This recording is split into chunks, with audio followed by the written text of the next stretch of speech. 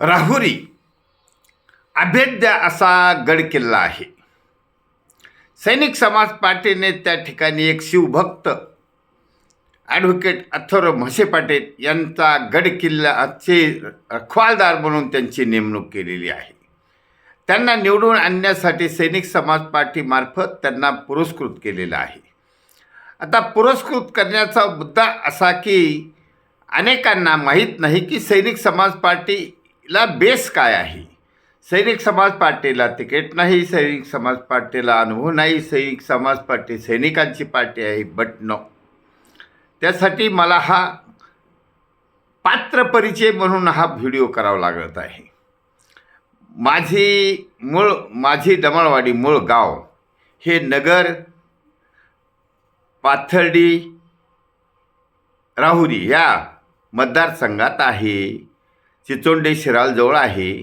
त्या ठिकाणी मी जेव्हा 1990मध्ये एअरफोर्समधून आलो त्या ठिकाणी प्रथम ग्रामपंचायत 1993ला झाली आणि मी सर्वाधिक मतदान घेणारा ग्रामपंचायत सदस्य म्हणून निवडून आलेलो आहे. तिथून मी माझी राजकीय वाटचाल सुरू केली आहे.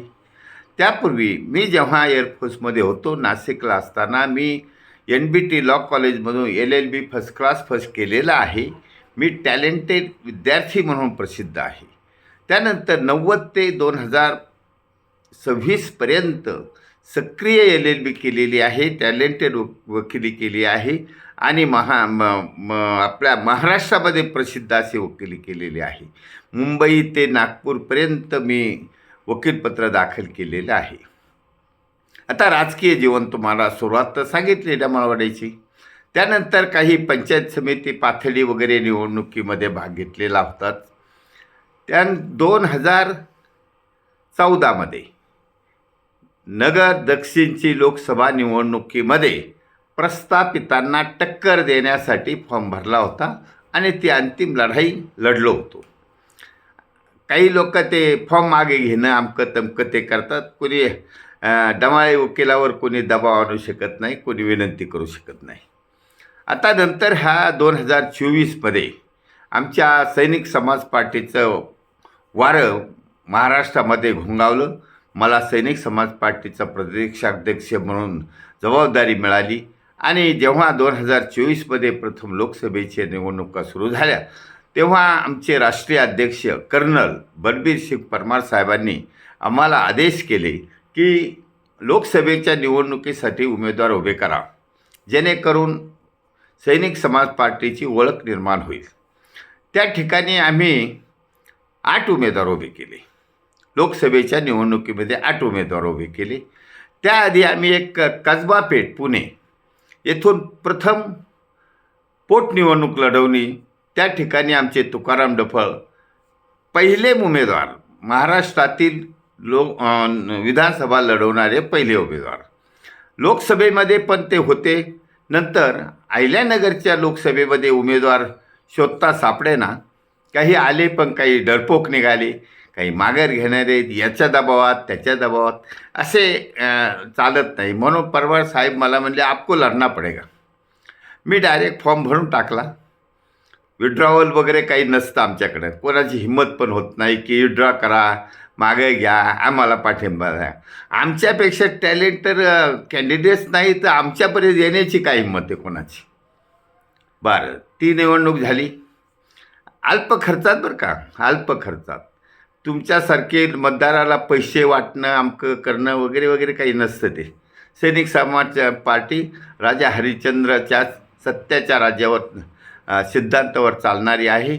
छत्रपती शिवाजी महाराजांच्या रयतेच्या राज्याची स्थापना करायची आहे. म्हणून नंतर अहिल्यानगर शहरातील विधानसभा पण मी लढवलेली आहे. त्यामुळे तिथं पण आमच्या विड्रॉवलची कोणी वाट बघत नसतं आणि विड्रॉवल तर होतच नसतं. कोणत्या परिस्थितीत आम्ही स्वइच्छेने करणार नाही आणि कोणी आमच्यावर दबाव आणू शकत नाही. असा हा वाटचालीचा प्रवास होता. आता आमची 2029ची तयारी चालू आहे. परंतु मध्यंतरी हे बारामती आणि राहुरीच्या निवडणुका लागल्या. मग आम्ही घरी गप्प बसणार नाही ना. हे चलन चालू ठेवलं पाहिजे, हलता झेंडा ठेवला पाहिजे. म्हणून यामध्ये आम्ही पुरस्कृत उमेदवार दिलेले आहेत. तसाच आता राहुरी माझे मतदारसंघ आहे.